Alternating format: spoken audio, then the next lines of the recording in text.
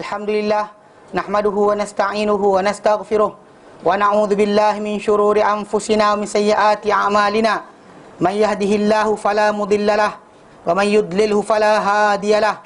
Asyhadu an la ilaha illallah wa asyhadu anna Muhammadan abduhu wa rasuluh. Allahumma salli ala Muhammad wa ala ali Muhammad kama sallaita ala Ibrahim wa ala ali Ibrahim. Wa barik ala Muhammad wa ala ali Muhammad kama barakta ala Ibrahim wa ala ali Ibrahim fil alamin innaka Hamidum Majid. Rabbi shrah li sadri wa yassir li amri wahlul 'uqdatam min lisani yafqahu qawli, amma ba'. Alhamdulillah, kita bersyukur kepada Allah Taala kita dapat lagi bersama-sama untuk kita meneruskan kelas pengajian kita berkenaan dengan ringkasan Sahih Imam Muslim. Yang mana kita hari itu sampai kepada hadis berkenaan dengan tajuk itu hadis yang bab yang bab yang ke-6 dalam kitab Taharah, hadis nombor 183, 84, 85. Kita tengah bincangkan dengan hadis berkenaan dengan tajuk orang-orang beriman itu akan mempunyai belang tumpuk bercahaya di kepala dan juga kaki dengan sebab wuduk, dan kemudian di manakah sampainya perhiasan seseorang itu nanti dari akhirat, serta kelebihan meratakan air ketika waktu waktu yang susah atau payah. Maksud susah atau payah tadi adalah ketika waktu di mana sejuk, kesukaran ketika sejuk atau panas. Itu dia, bukan maksud dia ketika air tak ada. Meratakan air ketika maksud dia ketika waktu-waktu ni. Baik. Kemudian hari itu kita sampai kepada tajuk berkenaan dengan 185 tu. Kita kata daripada radhiyallahu anhu, dia kata bahawa Rasulullah telah bersabda, datang kepada makburah, Rasulullah datang kepada makburah, kuburan. Kemudian Nabi SAW nyatakan Assalamualaikum darul kaum mukminin, kesejahteraan ke atas kamu wahai negeri atau kampungan orang-orang beriman. Wa inna insyaallah bikum lahikun, kami dengan kamu akan mengikut. Dan wadid tu aku ingin kalau boleh, suka kalau boleh, anna bahawa kita qad ra'aina ikhwanana. Kita bincang dari itu berkenaan sahabat Nabi punya kelebihan. Dan para sahabat kata, walasna ikhwanakum ya Rasulullah, bukan kami ini saudara engkau wahai Rasulullah. Nabi kata, antum ashabi, kamu adalah pendamping-pendampingku. Ikhwani, saudara-saudaraku adalah alladhina yatu ba'du, yang tak datang lagi. Di sini yang timur tajuk ada yang para ulama cuba mengatakan bahawa para sahabat Nabi SAW dan juga kita ni ada manusia yang mungkin kelebihan dia sama seperti para sahabat atau lebih tinggi daripada sahabat. Semua kita terangkan itu ia adalah mustahil lah, kerana ini pilihan Allah Ta'ala untuk para sahabat Nabi. Kelebihan Allah Ta'ala berikan. Memang kita masuk syurga dalam masing-masing, tapi kelebihan dan keutamaan mereka adalah besar dalam Islam. Mereka lah yang pertama berkorban, menginfakkan harta. Mereka lah orang yang mendampingi Rasulullah. Dan bahkan mereka dah buat kerja, sampaikan apa kelebihan kita buat zaman sekarang adalah balik pada mereka. Sunnah Nabi sampai pada kita sekarang ni dengan sebab mereka. Jujurnya mereka, tak nak menambah. Jujur mereka menerangkan agama. Sampaikan kita kata kalau manusia nak buat benda-benda tambahan dalam agama, perlu dia berbohong atas nama sahabat, ataupun dia reka sendiri, takkan lintas sahabat Nabi untuk dia buat benda bukan-bukan. Maka sebab kenapa saya terangkan itu, macam bila ada orang kaitkan tajuk kononnya Bilal bin Rabah buat benda Nabi tak ajar, sedangkan Nabi SAW dah ajarkan, macam kita baca dalam hadis yang sebelum ni, bahawa Nabi sendiri yang ajarkan solat sunat selepas berwuduk. Nabi yang ajarkan. Tak boleh kita kata Nabi ikut Bilal. Bilal ikut Nabi. Bilal yang ikut Nabi, bukan Nabi ikut Bilal. Pasal Bilal bin Rabah, bila Nabi tanya dan satu hadis yang lain, Nabi kata Nabi kata hadis ni bi arja amalika amil ba'dal Islam. Ceritakan pada aku wahai Bilal tentang amalan engkau yang paling kau harap setelah kau masuk Islam, kerana aku dengar tapak kaki kau dalam syurga. Nabi kata. Lalu Bilal kata, aku setiap kali mana aku wuduk, aku akan solat 2 rakaat atau berbanyak mana yang aku boleh. Dia akan setiap kali wuduk dia akan solat. Jadi ada orang ingat Bilal buat benda Nabi tak ajar. Dia sangka itulah benda yang dia banyak benda lain dia buat untuk Islam. Azan dia, tiap kali dia azan, ataupun ketika mana dalam sebelum Islam kuat, di mana dia pernah diseksa dahulu, dihimpap dengan batu. Dia tak ada kata aku harap itulah benda yang melepaskan aku daripada neraka. Tak. Dia harapkan dengan yang ini. Yang dia rasakan inilah dia paling jaga sangat. Dia kata dia rasakan itu. Ada para sahabat Nabi rajin puasa, ada yang rajin sekian. Semua orang pilih jalan masing-masing. Macam Khalid bin Walid, peperangan. Dia jihad, tajuk jihad. So setiap orang jalan masing. Jadi Bilal kata aku rasa inilah dia. So Nabi tak menafikan masalah dia pilih, dia rasakan itu. Tapi dia masalah benda tu dia buat tanpa ajaran Nabi, tidak. Sebab Nabi dah ajar sendiri. Nabi kata barang siapa wuduk, macam Osman tunjukkan wuduk Nabi, kemudian Nabi kata barang siapa wuduk macam wudukku ini, Kemudian solat 2 rakaat. Dia tak bercakap dengan diri dalam solat tadi. Maksudnya dia tak bersembang dengan diri sendiri. Dia tumpu attention daripada solat saja, maka dia diampunkan segala dosa-dosa yang telah lalu. So, konsep berkenaan dengan galakkan lepas wuduk solat, memang dah Nabi sendiri yang galakkan. So, bukan para sahabat pandai-pandai buat. Macam tu juga berkenaan masalah seorang sahabat Nabi yang dia sebut ketika bangkit daripada rukuk. Kata sami Allahu hamidah, dia kata Rabbana Allahumma rabbana kal hamd hamdan katsiran thayyiban mubarakan fih. Sedangkan dia kata tengok para sahabat tu buat benda Nabi tak ajar. Bila cek balik, dia punya pernyataan kenapa dia cakap, dan bahkan dia cakap kuat. Bukan perlahan, dia kuat. Sebab Nabi SAW dan semua orang dengar. Pasal dia cakap tu bila Nabi sami Allahu liman hamidah, dia Allahumma rabbana lakal hamd hamdan katsiran thayyiban mubarakan fih. Dia sebut yang tu. Dia sebut yang tu. Bila dia kuat, so lepas sembahyang Nabi panggil, Nabi tanya, dia berkata barang siapa, Nabi kata siapa cakap kata-kata ni tadi? Semua diam. Nabi kata tanya lagi, siapa cakap kata-kata ni tadi? Semua diam. Sampai Nabi kata siapa kata kata-kata ni tadi, dia tak cakap benda salah. Baru dia angkat tangan. Masa dia baru angkat tangan. So, dia kata, jadi dia kata ya Rasulullah, dia terangkan, dia kata ya Rasulullah, dia kata aku masuk soft tadi, nafas aku terhenti, kan mengah, jalan-jalan, kan nafas sangkut, lepas tu terlepas, nafas dia terlepas, maka dia pun alhamdulillah hamdan katsiran thayyiban mubarakan fih. Sebab nafas sangkut, kemudian tercakap je. Bukan dia ajarkan sengaja nak buat yang tu. Dia cakap, dia kata hafazan nafas. Dia terangkan sendiri, nafas aku sangkut. Terlepas je nafas, dia pun cakap. Baru Nabi kata lepas tu, baru para malaikat berebut untuk menulis dan sebagainya, menyalin kata-kata tadi. Pasal dia bukan pasal dia reka, tapi dia tercakap. Dan lafaz itu, lafaz yang dia lafazkan tu dalam Sunan Abu Daud, Nabi lafazkan, Nabi ajar kepada para sahabat. Pasal Nabi SAW bila setiap kali hidangan diangkat, lepas makan, hidangan diangkat, Nabi berkata alhamdulillah hamdan katsiran thayyiban mubarakan fih. Nabi cakap dah, mana lafaz itu Nabi dia ajar. Macam la haula wala quwwata illa billah, kan Nabi suruh kita kalau tak marah, kita kata astagfirullah. Tapi biasa orang kalau marah la haula wala quwwata illa billah. Kan? Kita sebenarnya yang sepatut kita cakap adalah a'udzubillahi minasyaitonir rajim. Itu Nabi ajar. Tapi kita keluar macam-macam lah, istighfarnya sebagainya, berdasar pada kebiasaan masing-masing. Mulut biasa sebut apa, itu akan keluar. Kan? Macam orang biasa ni lah, kalau biasa tahan mulut dia bercakap bodoh, dia tak cakap bodoh pada orang. Kalau dia mulut dia kata bangangnya, dia akan bangang. Tapi Allahu Akbar, dia akan besok Allahu Akbar juga, lusa Allahu Akbar juga. Start dia tukar, mulut dia akan biasakan lain. So itu bukan para sahabat reka. So nothing about rekaan. Macam Umar pula gabungkan solat tarawih. Nabi memang solat dengan para sahabat walaupun bukan sepanjang sebulan. Nabi ada general hadis yang Nabi kata barang siapa qiyam Ramadan, maksudnya semua Ramadan. Nabi sendiri bangun dengan para sahabat hanya 21, 23, 25, 27. Yang riwayat datang daripada para sahabat, malam-malam ganjil itu saja Nabi solat dengan para sahabat. Bukan daripada first day of the month. Tak ada pun. Tapi bila Umar tengok orang kelang kabut semua sekali berterabur, imam berlain-lain, dia gabungkan jadi satu. Tu je. Benda dah memang Nabi buat. Cuma Nabi tak pernah wajibkan ikut dia. Orang ikut, Nabi tak larang. Nabi buat gadisan, jangan bagi ikut, orang ikut juga. Faham tak? Sampai ada malam Nabi tak keluar, nak mengelakkan, takut jadi wajib.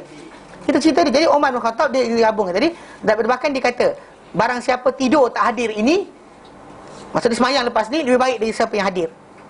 Bila kata ni'mal bid'atu hadhihi, mana lebih baik bid'ah inilah dia. Tapi barang siapa yang tidur tak hadir, yang aku paksa orang ni, lebih baik dari siapa yang hadir.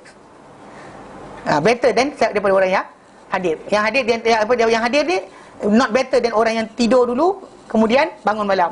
That's better than this one. Tapi pasal orang ramai nak urusan lain, banyak orang suka buat solat awal malam. The best solat is akhir malam. Faham? Memang hadis Nabi jelas. Yang awal malam ni pasal apa? Pasal kita nak buat kerja lain, nak tengok televisyen, nak sekian, kan? Nak buat kuih. Tapi tak buat kuih zaman sekarang, pakai tunjuk. Kan? Macam mana buat tunjuk? Kan? Nak ni kan? Beli kan? Mana dah buat style macam buat sendiri. Zaman dulu pergi nak buat kan? Habis akhir Ramadan ni tak hilang dalam masjid. Tapi sekarang ni akhir Ramadan tak buat kuih pun hilang dekat masjid. Tak ada juga. Pelik tu. Akhir malam tu akhir Ramadan yang patut ditumpukan. Anyway, tajuk sahabat tadi besar dan penting. Sebab kenapa kita bincangkan dengan panjang lebar itu berkenaan para sahabat punya kedudukan, sebab supaya kita kata apa? Tidak kita silap faham daripada hadis tersebut bila Nabi kata saudara-saudaraku adalah orang-orang yang datang selepasku, beriman dengan aku tapi datang selepas ini, ataupun yang tak lihat aku. Yang mana Nabi SAW ada sebut berkenaan dengan mereka ni, ada yang sanggup kalau boleh dikorbankan harta dia dan juga keluarga dia untuk hanya lihat aku. Memang ada. Dia tak nafikan. Tapi dalam masa yang sama, tidaklah kita ni lebih besar daripada sahabat Nabi SAW. Sebab mereka ni lebih mempunyai kelebihan di sisi Allah Ta'ala dengan sebab apa yang mereka dahulukan pada Islam. Apa mereka kedepankan, mereka korbankan untuk Islam cukup besar, tak ada siapa boleh menandingi mereka, menandingi para sahabat Nabi SAW. Itu panjang lebar kita sebut tentang kelebihan mereka. Jadi lepas tu kita kata Nabi SAW nyatakan qalu, bila para sahabat kata kaifa ta'rifu man lam ya'ti ba'du min ummatika ya Rasulullah, macam mana kau nak kenal siapa-siapa yang belum dak kaifa ta'rifu, macam mana kau kenal? Okey, apa dia kata man lam ya'ti min ikhwan min ummatika ya Rasulullah, daripada umat kau, belum lagi datang di umat kau wahai Rasulullah, wahai Rasul. Faqala, bagi Rasulullah bersabda, ara'aita, ada kamu nampak tak? Don't you see, kan? Kamu nampak, kamu faham tak? Lau anna rajulan, kalau seorang lelaki tu lahu khailun ghurrun muhajjalun, kalau seorang lelaki tu dia ada kuda-kuda yang ghurrun, bertumpuk putih di kepala, berbelang-belang putih di kaki. Kemudian kuda dia tadi tu baina zahrai khailin duhmin buhmin, di tengah-tengah kumpulan kuda yang kelabu gelap, warna-warna yang penuh gelap je, hitam je. So kuda-kuda dia yang belang kaki putih dan juga tumpuk putih. Yang lain semua tak ada tumpuk dan belang. Ala ya'rifu khailahu, dikenal tak kuda dia? Kamu rasa kenal tak kuda dia? Jadi bagi Nabi SAW kata macam tu, para sahabat Nabi SAW kata qalu bala, dia kata bahkan dia ya Rasulullah. Qala, bagi Nabi SAW bersabda, fa innahum ya'tuna, sungguh-sungguhnya mereka ya'tuna akan datang ghurran muhajjalina minal wudu', bertumpuk putih dan berbelang putih daripada kerana wudu'. Wudu' tu akan beri kesan. Sebab kenapa kalau orang tu makin banyak dia berkesan tadi, bagi banyak dia solat, makin banyak dia berwudu', makin banyak kekallah kesan berkenaan. Makin kurang dia berwudu', makin kuranglah berkenaan. Dia tak ada buat benda lain kita kata yang macam berqasidah dan sebagainya akan jadikan bercahaya, tak ada. Nanti tak confirm pasal ini Nabi tunjuk. Nabi beritahu apakah benda dia. Kita banyak orang kita kata nakkan keselamatan di kubur, nak keselamatan di akhirat. Rasulullah dah buka dah jalan. The road is there. Nabi sendiri tentukan pada kita apakah perkara-perkara kamu buat, kamu akan dapat contoh terselamat daripada azab kubur. Akan ada untuk kamu ni pembantu yang menemankan kamu. Kita tahu yang kubur tu sunyi. Tapi kalau kita hafal Al-Quran, kita hafal surah Al-Quran, surah-surah itu akan menemani kita dalam kubur nanti. Amalan kita akan menemani kita. So, kita tahu benda berkenaan tapi kita tak nak kerjakan. Contoh macam kita kata takut hari kiamat akan jadi apa. Tapi Nabi bagi tahu ada orang akan dipayungkan, kiamat itu panas.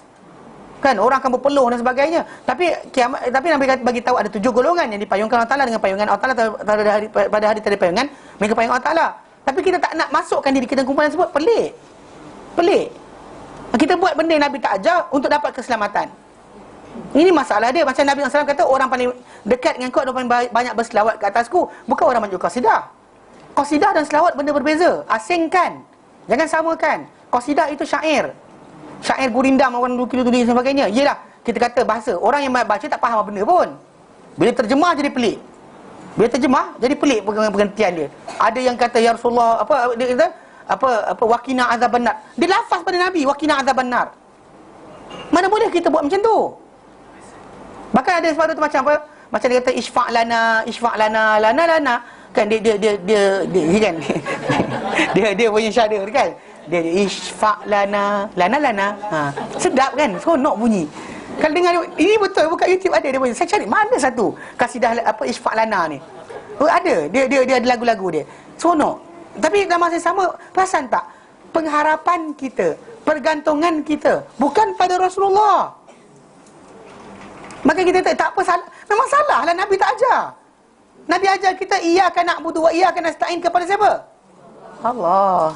Itulah punca ibadat. Itulah asas ibadat. Cari jalan lain anda sesat.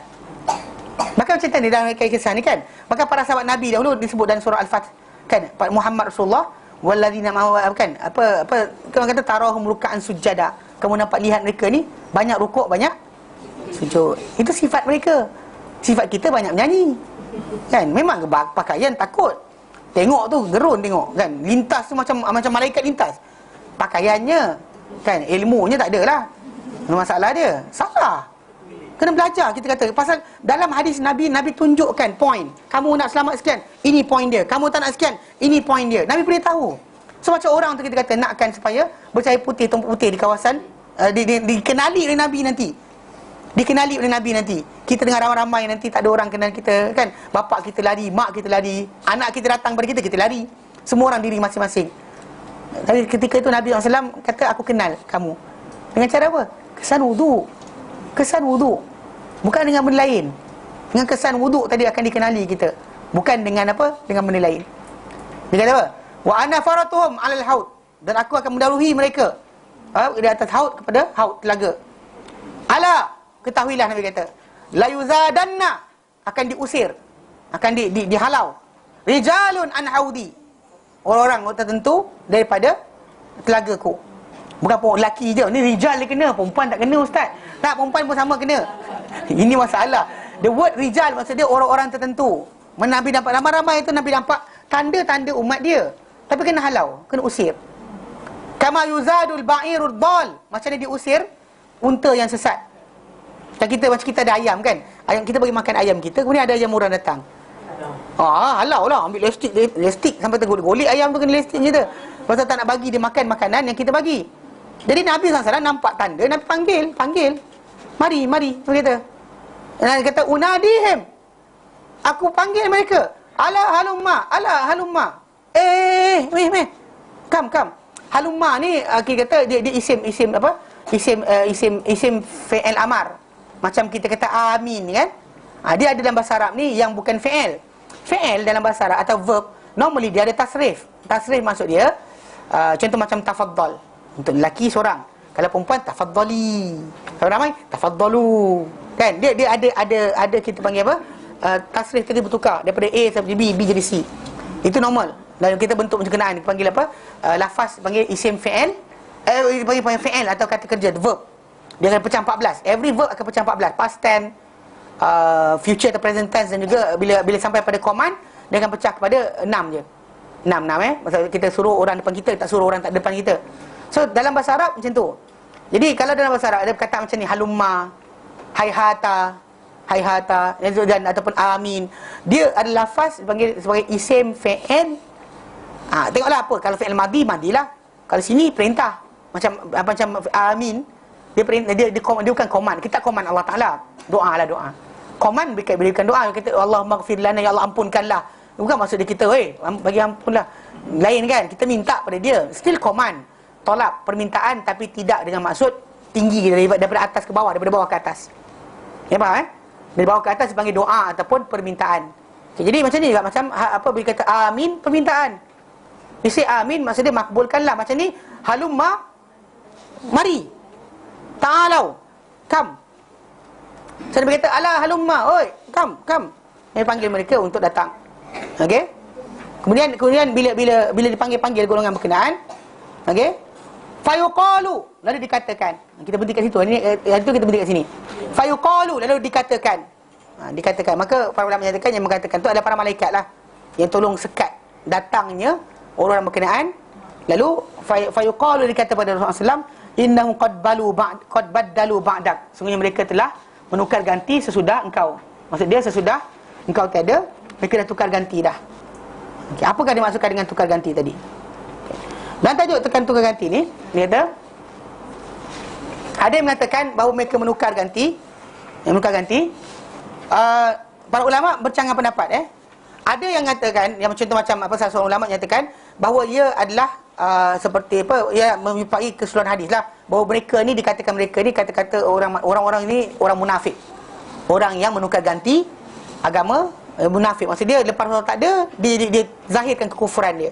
Kan lepas Rasulullah SAW wafat, ada di kalangan orang-orang Arab yang asalnya Islam, kemudian Rasulullah wafat je, dia mula tak nak melaksanakan Islam, tak nak bayar zakat, Bahkan ada ikut Nabi palsu dan sebagainya. Mungkin ketika mana jumpa Rasulullah, jumpa. Dan tanda bagi umat Muhammad ada itu tanda wuduk, tanda kesan wuduk tadi. Tapi oleh kerana mereka tukar ganti, kesan wuduk tu masih dikekal. Ini yang kita kata tak dinafikan.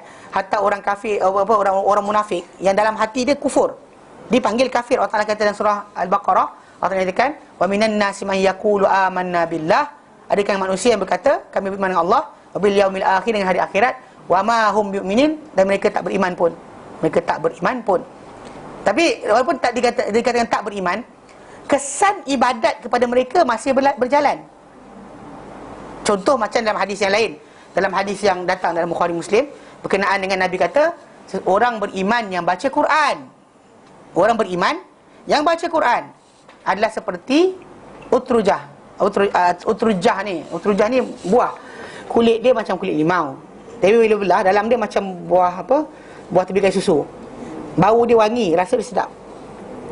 Yang kita Nabi kata orang beriman yang baca Quran, dia adalah seperti utrujah atau atrujah. Buah tu, dia buah. Dia bau dia wangi, rasa sedap. Bau dia wangi. Nabi kata orang yang beriman baca Quran, dia macam buah ni. Bau dia wangi, luar dia wangi, dalam dia sedap. Okey. Kemudian dia kata orang beriman yang tak baca Quran seperti tamar. Rasa dia sedap, bau tak ada. Mana ada orang kau ada tamar kuatnya bau. Mana ada, kan? Ni tamar Madinah ni bau kuat ni. Mana ada? Bau tamar tak ada bau. Rasa dia sedap, bau tak ada. Misal orang munafik yang baca Quran seperti minyak wangi, karaihanah.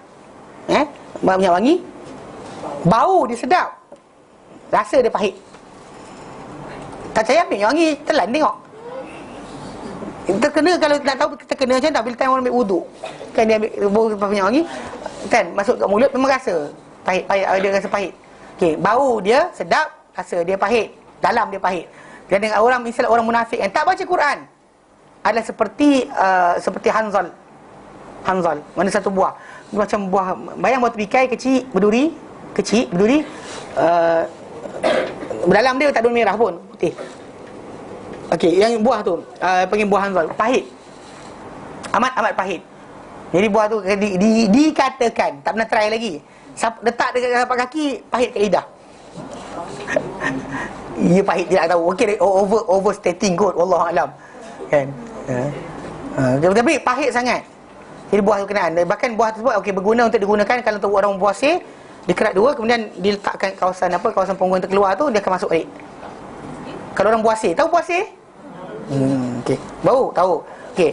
Buah tu kalau dia kata kerat dua, kemudian letak kat kawasan tu, dia akan mengecutkan balik puasa berkenaan. Di Malaysia ada? Tak ada. Tak ada. Buah hanzal, Okey. Tak ada kat sini lah, kita tengok kat sini. Yang Tanah Arab ada lah. Nabi cerita, takkan Nabi cerita buah durian pula. Memanglah tak ada. Okey.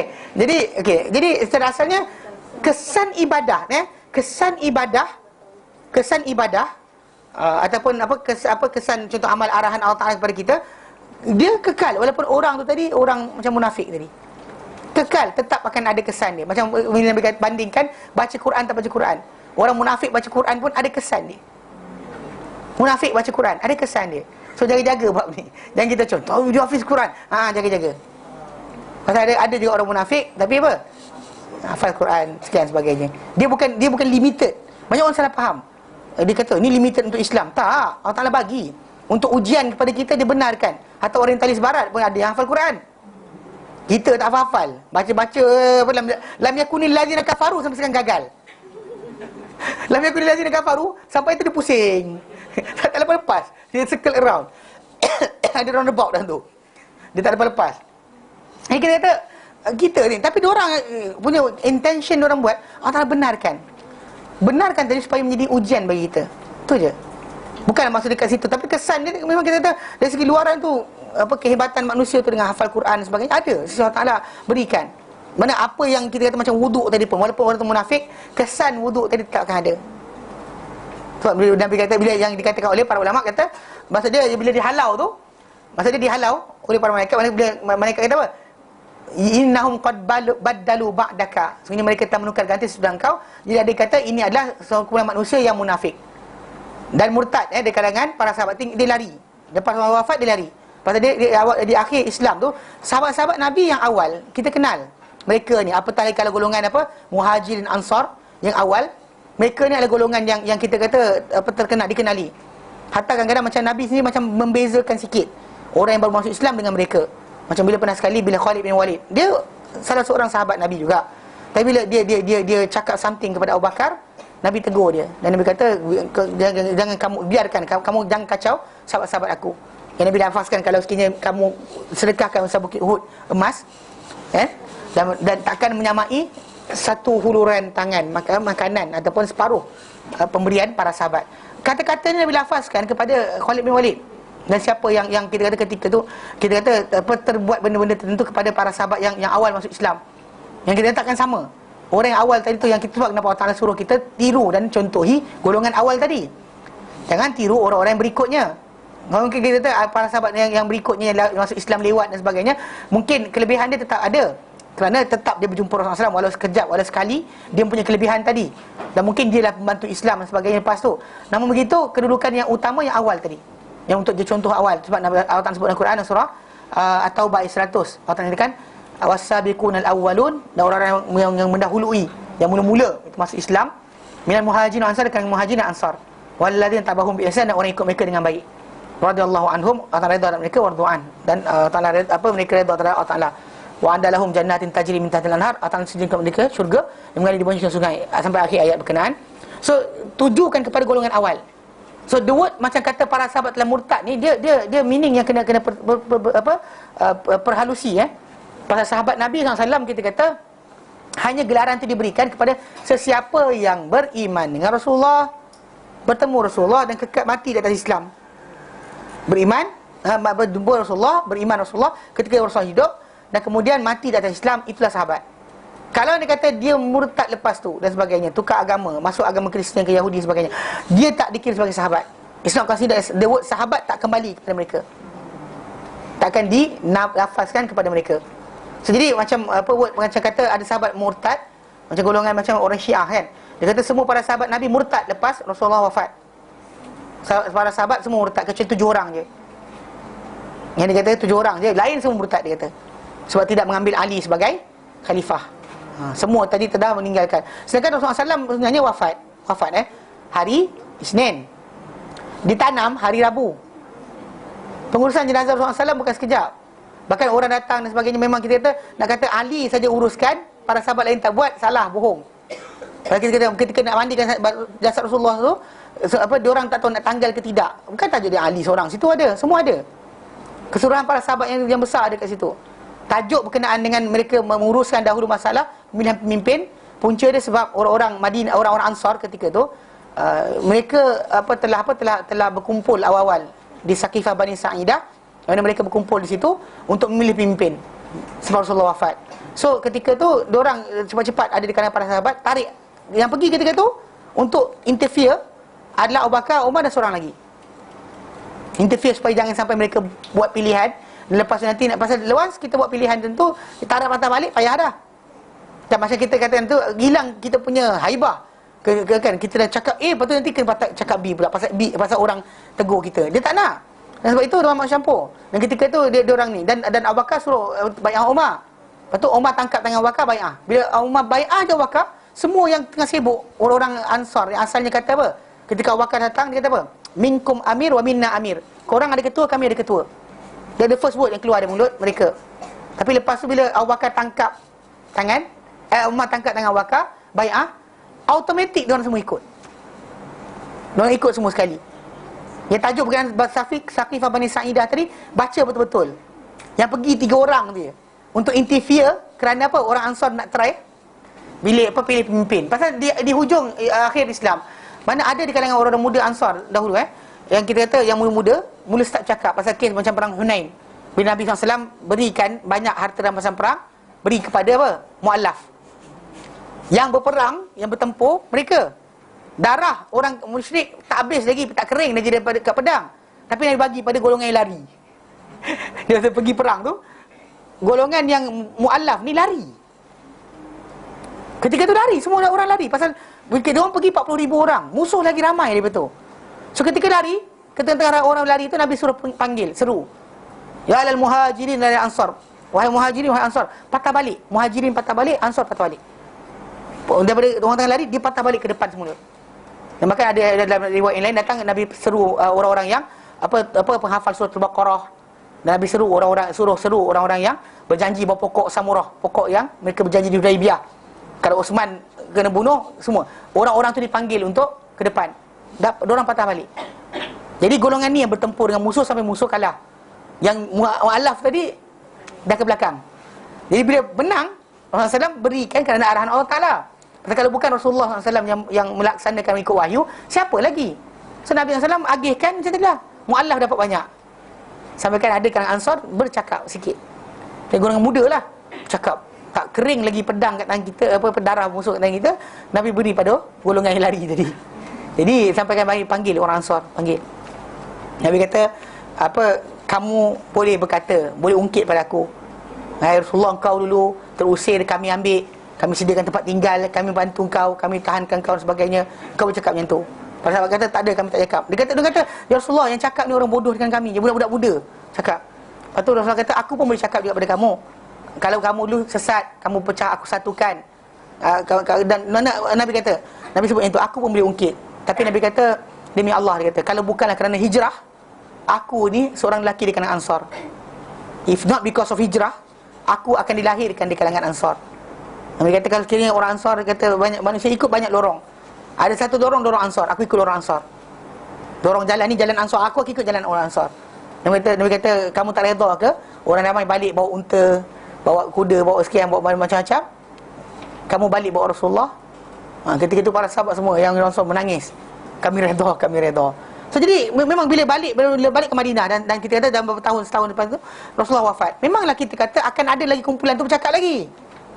So, sampai dia katakan, kamu ada ketua, kami ada ketua. Cakap pada Abu Bakar dan juga Umar ketika tu, kamu ada ketua, kami ada ketua. Diorang interfere sebenarnya ketika orang-orang Ansar sibuk nak pilih ketua. Sekarang dia kata, dibiarkan, nanti umat Islam akan pecah. Pasal ini sibuk uruskan Rasulullah, ini sibuk buat benda sekian. Jadi diorang masuk interfere untuk sekat.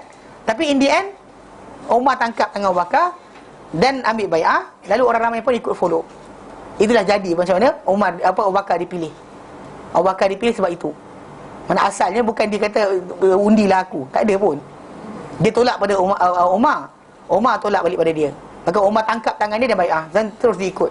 Dan ketika tak ada dah Nabi dah habis mandi pun, tak dimandikan lagi Nabi SAW. Lepas tu baru datang urusan dia. Ayat kata Ali kubur seorang-seorang, semua tipu.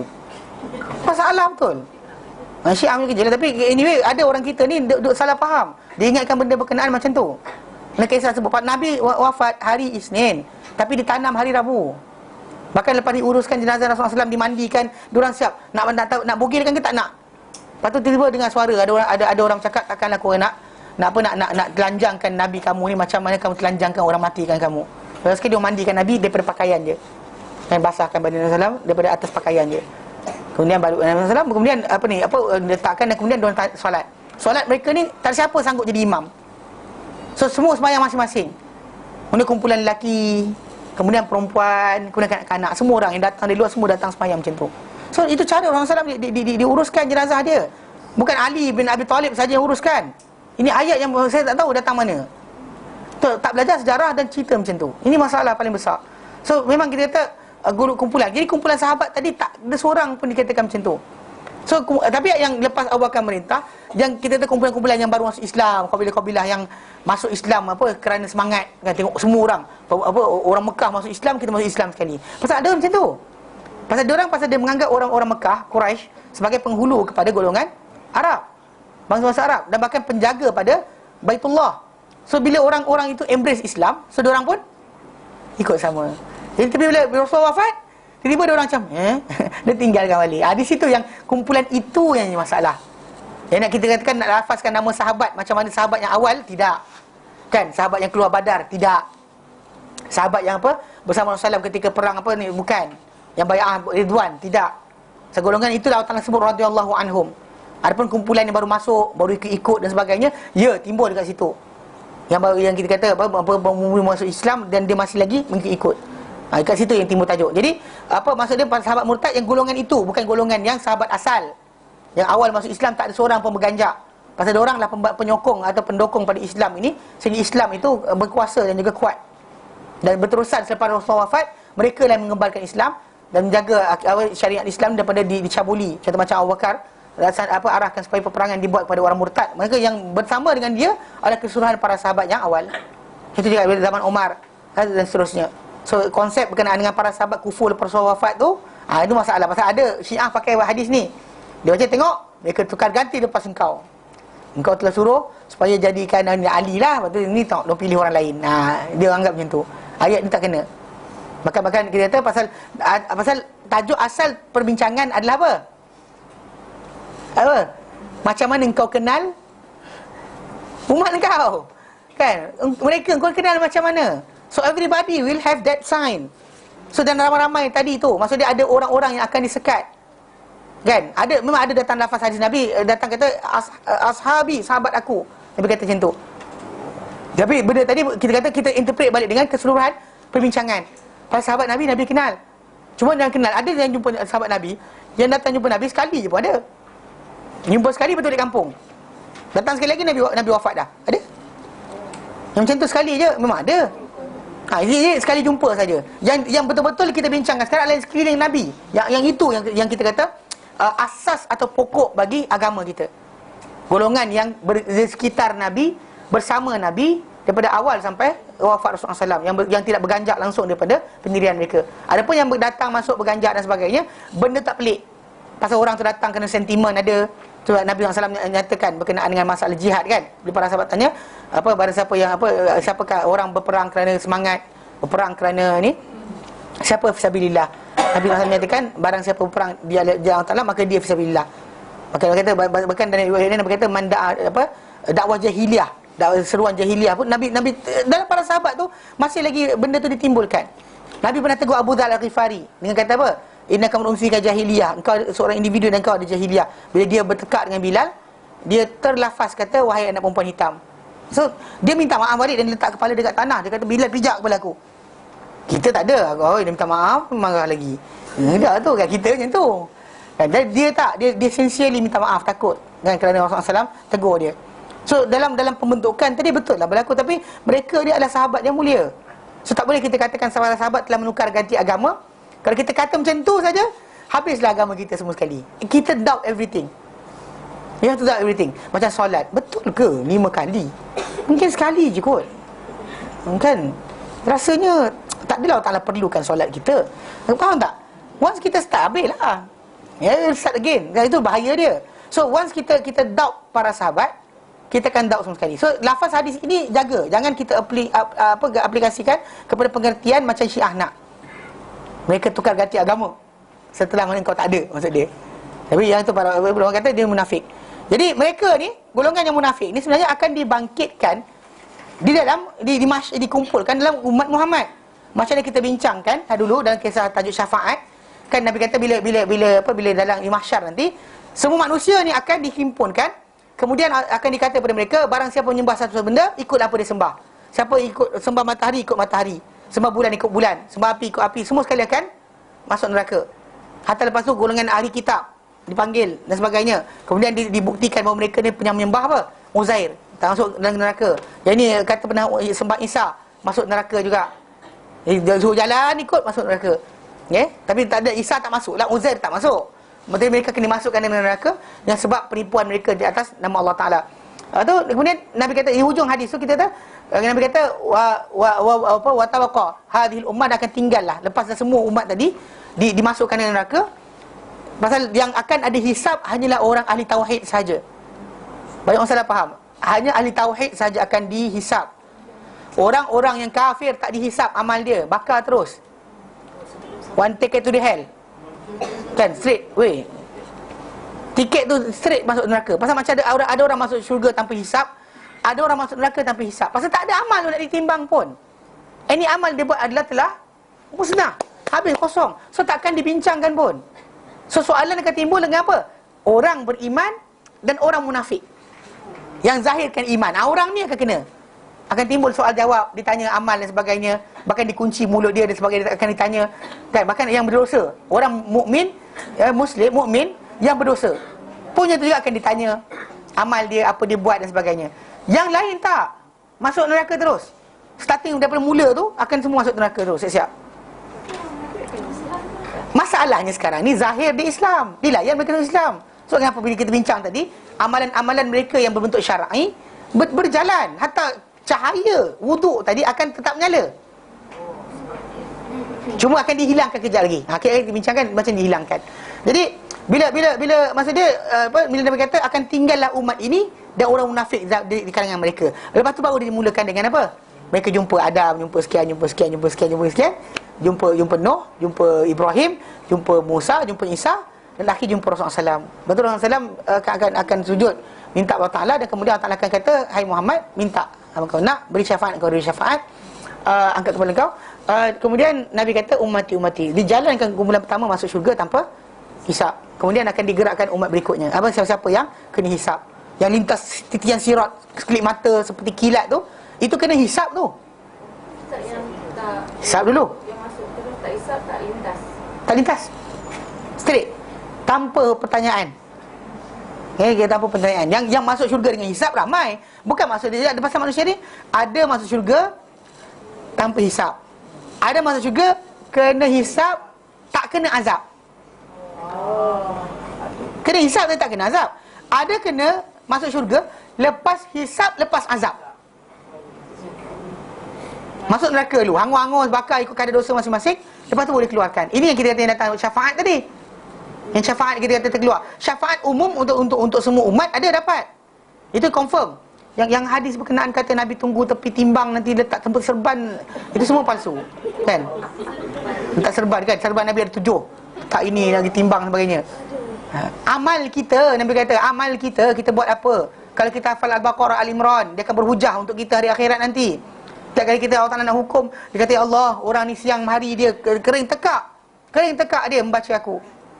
Lepas tu malam, ya Allah, dia berjaga malam membaca aku. Setiap kali Allah Ta'ala nak hukum, sampai dilepaskan dia dengan sebab apa? Surah tadi akan berhujah bagi pihak dia.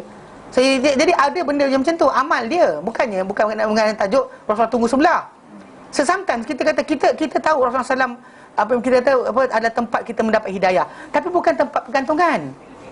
Bagi dia bukan tempat pergantungan kita, bagi dia tempat kita mendapatkan hidayah Allah Ta'ala. Bagi dia punya tunjuk ajar itulah menyelamatkan kita. Tak ada tunjuk ajar orang lain menandingi tunjuk ajar Rasulullah SAW. Tapi macam zaman kita sekarang ni, orang tidak beramal dengan arahan Nabi, tapi letak pengharapan pada Nabi. Faham tak?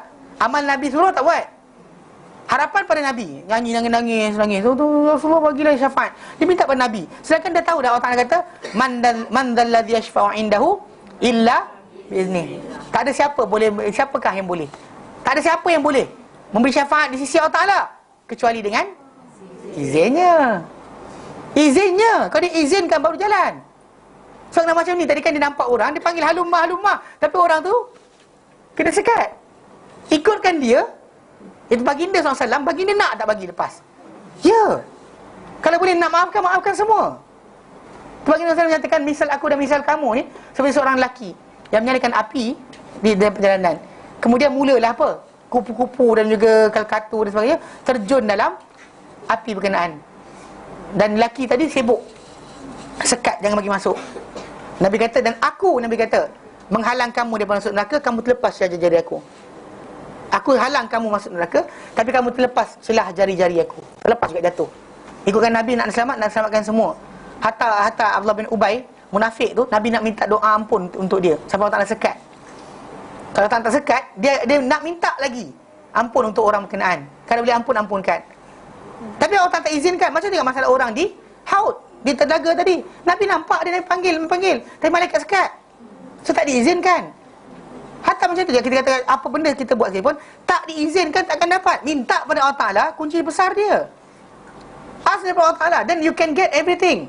Minta dari Allah, pengharapan kita Allah Ta'ala. Nabi kata, wa idza sa'alta fas'alillah. Kau minta apa-apa, minta pada Allah. Wa idza sta'anta fasta'in billah. Kau minta tolong pada Allah Ta'ala. Jangan minta pada orang lain. Kisah-kisah yang macam-macam. Ada orang tu kata, minta doa. Baru ni ada seorang ustaz tu, dan dalam radio. Dia bagus cara saya cakap dia.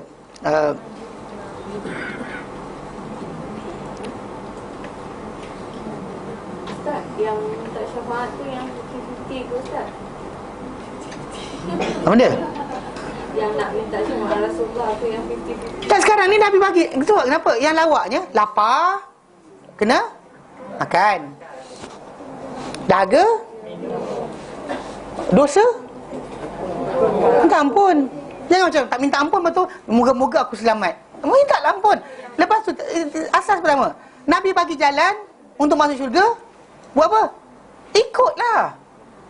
Follow lah. Kenapa tak follow? Tak pernah follow. I hoping I will get the road. The road is there. Mas kenapa tak masuk-masuk? Saya tahu sebenarnya jalan highway untuk pergi apa? Siapa seorang kakak kita. Dia tak tahu jalan untuk lintas ikut Sungai Besi datang ke sini. Dia mesti ikut jalan jauh. Jadi okey, katakanlah dia jalan dia ditunjukkan. Ini jalan dekat. Jalan ni 10 km je untuk sampai rumah dia. Pergi mata sampai dah. Jalan sini pun jauh. Kita dah buka jalan tadi. We are hoping to get that jalan. Tapi tak pernah lintas jalan tersebut. How can? Pasal Nabi buka jalan untuk kita selamat. Nabi beritahu cara selamat. Tak pernah kita masuk jalan tersebut. Tak pernah kita nak belajar. Habis-habis kita nyanyi je. Lepas tu kemudian kita harapkan kita dapat. How can? Tak faham tak logiknya? Awak nak jalan, Nabi buka jalan, Nabi bagi tahu panduan. Tapi buka panduan Nabi tak nak baca. Tapi hoping that kalau kita nyanyi nanti masa nanti Allah Ta'ala akan buka juga. Hai, apa ni? Apa ni? Apa ni? Kan jalan tu Nabi buka. Ke tak buka lagi? Tak ada, Nabi tak buka. Ada buka apa ni? Tak tahu tak, saya baca ada seorang ustaz tu. Dia baca ayat surah An-Nisa ayat 64. Ayat 64. An-Nisa 64. Dalam dia baca surah An-Nisa 64 tu, dia sebut tentang pasal tajuk. Ketika ni kebetulan orang ramai sedang tunaikan haji umrah Jadi dia datangkan kisah. Kisah ni Ibn Katsir nukilkan ke ayat 64 surah An-Nisa. Allah nyatakan, "Wa ma arsalna min rasulin," dan tidak kami utuskan sebarang rasul illa liyuta'a bi idznillah, kecuali untuk ditaati dengan izin Allah Taala. Rasul tak diutus kecuali untuk ditaati, bukan untuk disanjung. Tapi sanjung tak taat tak guna. Kau nyanyi habis nyanyi mata. Tapi apa diarahkan tak taat tak guna. Pasal Allah Taala kata tak diutuskan rasul kecuali untuk ditaati. Okey. Walau annahum izzalamu anfusahum, kalau mereka ni ketika mereka zalimi diri mereka berdosa, ja'uka, mereka datang pada engkau hai Muhammad, fastaghfirullah, lalu mereka minta ampun kepada Allah Taala, wastaghfir lahum rasul minta ampun untuk mereka rasul, la wajadullah tawwabar rahim, pasti mereka dapati Allah Taala maha taubat lagi maha penyayang. Dia baca ayat ni, kemudian dia datangkan kisah yang macam sebut dalam Ibn Katsir ni kisah seorang lelaki duduk tepi kubur Rasulullah. Okey. Kemudian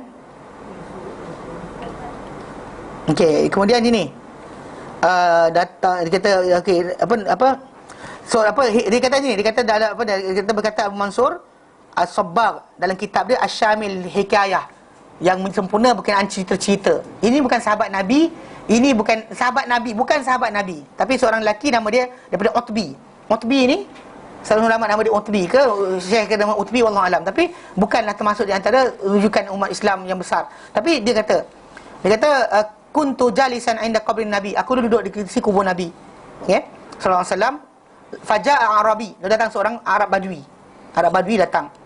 Faqala, dia kata assalamu alayka ya Rasulullah, aku salam kat engkau Rasulullah. Okey. Sami'atullah yaqul, aku dengar Allah Taala berfirman, walau annahum izzalamu anfusahum, kalau mereka ketika mereka zalimi diri mereka sendiri, ja'uka, mereka datang pada engkau, fastaghfirullah, lalu mereka minta ampun Allah Taala, wastaghfir lahum, dan Rasul minta ampun untuk dia, la wajadullah tawwabar rahim, pasti mereka dapati Rasul Allah Taala tu maha amat memberi taubat dan juga maha penyayang. Dan dia kata, lelaki Badui itu kata, wajituka mustaghfiran li dhanbi, aku minta ampun, aku datang pada engkau dan minta ampun untuk dosaku, mustashfi'an bika ila rabbi, untuk minta syafaat pada engkau, pada Tuhanku. Summa ansha'a yaqul,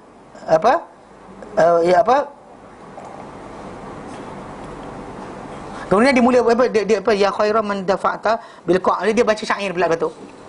Dia letak baca syair. Kemudian dia pun pergilah lepas dia habis minta doa itu, dia baca syair, kemudian dia pergi. Tiba-tiba yang Utbi ni, ni kisah dia. Ni mesti kaitan mimpi.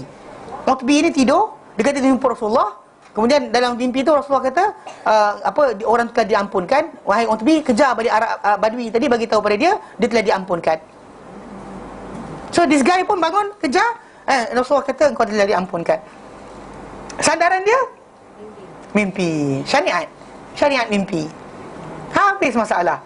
Jadi jelas sekali kita kata orang ramai, kita tahu baru pergi kubur Rasulullah SAW tadi, sepatutnya dia beri salam pada Rasul. Itu yang sunnah dia. Bukan datang situ minta hajat, minta beranak, minta sekian sebagainya. Atas alasan ayat tadi. Pasal ayat tadi datang, ada ayat yang datang khas untuk benda ketika Nabi hidup.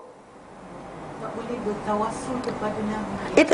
Ini masalah tawassul. Tadi minta syafaat pada Nabi SAW untuk berkenaan tersebut. Kita sekarang ni tajuk dia, orang tu lafazkan macam tu. Kita tak tahu Nabi ajar ke macam tu soalan. Arab Badui tadi, Arab Badui banyak benda dia buat pelik. Kencing dalam masjid pun dia buat. Dan Nabi tak bagi para sahabat pukul dia. Arab Badui when asking about kiamat, itu bukan adab para sahabat yang besar. Jumpa Nabi, "Hai Rasulullah, hai Muhammad, bila kiamat?" That is not our punya question patut keluar dari mulut kita yang belajar. Kita belajar hadis Nabi, belajar arahan Nabi SAW. Kita tak sibuk dengan benda-benda Arab Badui buat. Pasal anda telah lebih dimuliakan dengan ilmu. Kenapa sibuk ambil amalan orang-orang yang tak dikenali? Sibuk kita Arab Badui kan kita just simple minded cakap macam tu. So you are following him. Sedangkan Allah Ta'ala suruh kita ikut. Dan para sahabat yang awal masuk Islam, Muhajir Ansar, tak suruh kita ikut macam tu. Faham tak? Kalau kita beza. Jadi kalau dia kata orang tak dapat pergi kepada kubur Nabi, minta ampun kat Malaysia macam mana? Tak dapat. Tak, engkau Ustaz, masalahnya hadis ini keluar dalam... Ini bukan hadis. Ini bukan hadis Nabi. Kisah. Tunggu. Kisah ni datang orang cerita. Saya cerita semimpi. Bukan hadis Nabi. Tapi keluar dalam... Memang tak ada. Itulah dalam radio. Saya dengar. Hari akak dengar, saya dengar juga. Sama-sama kita dengar radio tu. Waktu tu hari orang balik kampung, nak balik kampung. Kan? Tengah on the way balik kampung tu. Sebab Saya dengar juga. Tapi masalah dengar radio bukannya sabda Nabi. Kan lepas daripada nyanyi Nabi tu, ada pula penyanyi lagu pelik-pelik pun ada juga. Kan? Sama je, tak boleh pakai. Takkan kita nak jadi radio hujah kita. Anyway, kisah tersebut kita fahamkan sekarang. Benda tadi bukan hadis Nabi. You don't tell anything untuk panduan, bukan hadis Nabi. Bahkan dia gunakan kisah ini untuk hujah. Tak apa minta ampun depan kubur Nabi. Soalan Nabi ajar? Tak. Tapi Utbi. Siapa dia? Imam Syafi'i? Bukan. Abu Hanifah? Bukan. Malik? Bukan. Ahmad? Bukan. Muhammad Ibn Sirin? Tabi'in Muhammad Ibn Sirin? Bukan. Hasan al-Basri? Bukan. Abdullah bin Barak? Bukan. Siapa ni? Utbi. Faham tak? Apa idea sekarang? When you telling this type of stories, what do you want from the story? You want people to go ke kubur Nabi guling-guling kat situ ke? itu yang pahaman yang salah. Ya, saya. Itu masalah dia. Memang sebut sedap. Dia baca, Allah datang sekian. Saya buka, memang betul. Kisah ni, Ibnu Katsir nukilkan perbuatan seorang Badui. Seorang lelaki duduk tepi kubur Nabi, dengar cerita berkenaan, orang tersebut cakap apa. Kemudian, orang tu pergi, dia lagi tidur, mimpi Nabi datang. Nabi kata, kejar orang Arab Badui tadi. Bagi tahu Allah telah ampunkan. So, hujahlah Islam ni jadi dengan mimpi. Habis. Itu masalah dia. Jadi sebab kita kata benda-benda ni kena jaga. Pasal benda-benda ini adalah benda yang merosakkan kita dari masalah pendalilan. So itu bukan cara dia. Para sahabat Nabi SAW terjaga dari masalah tersebut. So jadi yang dikatakan jadi orang-orang munafik akan bersama dengan umat ni. Dan apatah lagi dia kata apa? Dan kata dia pada umat Muhammad ini akan ada tanda. Pada tumpuk putih dan tumpuk belang putih dan tumpuk putih. Belang kaki, tangan putih dengan sebab wuduk dan juga muka dengan wuduk. Bila Nabi SAW nampak mereka, Nabi kenal mereka dengan tanda mereka. Siapa-siapa yang di kalangan sahabat baginda dengan diri mereka sendiri, baginda panggil, "Ala halumma, mari." Nabi kata. Lalu mereka pergi ke arah baginda SAW, lalu disekat di antara mereka dengan baginda. Dan diambil dan mereka ni diheret daripada arah kiri. Lalu dikatakan, ketika itu Nabi akan berkata, ya Rabb, wahai Tuhan, ummati wa min ummati. Wa min ini umatku dan daripada umatku. Orang ni umatku. Dia ada lafaz datang dan ada lafaz lain datang, ashabi. Yang ini digunakan oleh Syiah, dia kata ashabi. Pasal lafaz bukan datang satu Ada datang lafaz dengan ummati, ada datang dengan lafaz ashabi, ada datang dengan rijal. Nabi tak kata siapa. So jadi tak sebut nama. Jadi ada yang kata ashabi, ni tu sahabat Nabi telah ingkar. Tak, sahabat Nabi kita kata ada klasifikasi mereka.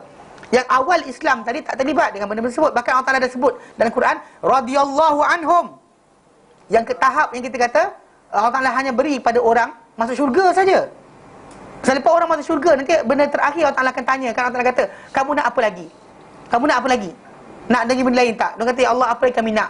Kau dah masukkan kami syurga engkau, kau rindu kami dari neraka engkau, apa lagi kami nak? Engkau beri kepada kami, beri kau tak beri sekalian alam. Lalu Allah Ta'ala kata, aku berikan kepada kamu benda lebih baik daripada apa yang kamu dapat sekarang. Aku halalkan untuk kamu redha aku takkan murka pada kamu selama-lamanya selepas ini. Itu benda terakhir yang akan diterima oleh orang dalam syurga nanti. Tapi para sahabat tak mati lagi, Allah Ta'ala kata apa? Radhiyallahu anhum. Ini tahap besar. Itu kumpulan yang mana kita terlibat dengan radhiyallahu anhum, apa redha Allah Ta'ala tadi. Takkan sekali-kali dikatakan mereka telah murtad daripada Islam. Tidak sekali-kali. Faham dalam hadis dia kata, kerana kau tak tahu, okey, innaka la tadri ma ahdatsu ba'dak. Okey, lalu kata kepada Nabi, engkau tak tahu apa yang mereka buat setelah engkau. Wa innahum la yazaluna murtaddina mundu faraqtahum. Dan sungguhnya mereka berterusan murtad setelah engkau tinggalkan mereka. Masih lagi mereka degil lah, dia menentang. Engkau tak tahu, engkau tinggalkan, engkau ingatkan, tapi mereka tinggalkan agama. Maka ketika itu hilang. Ketika itulah hilangnya daripada mereka segala cahaya tadi. Bila malaikat sebut saja kumpulan ini bukan umat engkau, mereka tak buat, mereka tukar, ketika itu dihilangkan segala cahaya mereka, dipandangkan cahaya mereka, lalu kekal mereka dalam kegelapan. Dan terputus daripada mereka ni untuk sampai ke untuk melintas sirat. Itu yang dalam lintas cahaya tak ada, masuk dalam lubang neraka, jatuh dalam gaung. Masa sirat itu dilintaskan di atas neraka. Sesiapa nak sampai ke syurga, kalau bukan dia kalangan orang yang masuk syurga tanpa hisab, pasti akan lintas sirat. Confirm lintas. Dan surah Maryam Allah nyatakan, wa minkum illa wariduha. Tiada kalangan kamu kecuali akan melintasi neraka berkenaan. Pasti akan lintas. Cuma yang selamat, siapa yang selamat saja. Adapun siapa yang sangkut-sangkutlah. Ada yang mula-mula awal hilang cahaya terus terjun dalam neraka. Ada separuh tu jalan separuh sangkut oleh duri-duri yang diletakkan di sekeliling kawasan sirat berkenaan. Sangkutlah dia, jatuh dalam neraka. Ada yang terlepas, ada yang cala-cala badan pun ada. Lepas juga tapi cala-cala. Ada juga, kan? Itu dah ikut amal masing-masing. Jadi kita kata hari berkenaan, hari kita panggil tak ada penyelamatan kecuali apa yang Allah Ta'ala selamatkan. Siapa yang Allah Ta'ala selamatkan saja. Allah Ta'ala selamatkan, selamatkanlah. Kalau tak selamat, tak selamatlah. Yang sebab itu kita kata penyerahan kita yang utama adalah kepada Allah Ta'ala. Tak ada siapa boleh menggantikan orang lain. Tak ada siapa boleh tebus orang lain. Semua hanya datang daripada Allah Ta'ala sahaja. Okay? Jadi dipadamkan cahaya mereka dan mereka kegelapan. Dan ketika itu dikatakan kepada orang beriman, dalam surah Al-Hadid, Allah Ta'ala nyatakan, orang-orang munafik yang kata unzuruna naktabis min nurikum. Orang beriman, pandanglah kami nak ambil sikit cahaya daripada dari cahaya kamu. Lalu akan dikata kepada mereka ayat 13 juga, kilarji'u wara'akum. Dikata mereka kepada orang-orang munafik tadi, patah baliklah pada belakang, tengok balik amal kamu buat dulu. Faltamisu nura, carilah cahaya kat situ kalau ada. Padamlah cahaya tadi, tak adalah cahaya lagi untuk mereka. Jadi mereka sebagai satu tipu daya dan juga pembalasan supaya nyata pada mereka ni apa yang mereka terlepas. So that they look back, tak ada benda terlepas.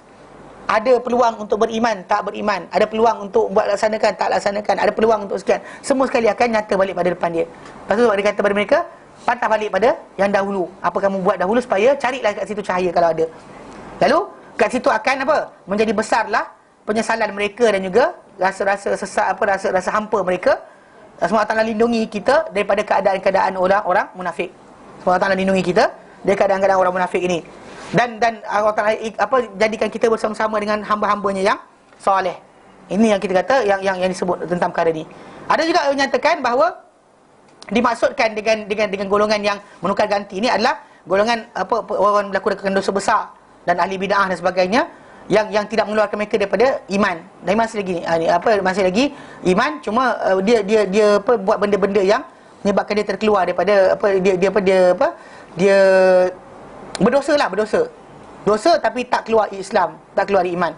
Tapi dan setelah itu datang kepada mereka rahmat Allah Taala. Tapi yang pendapat ini adalah lemah.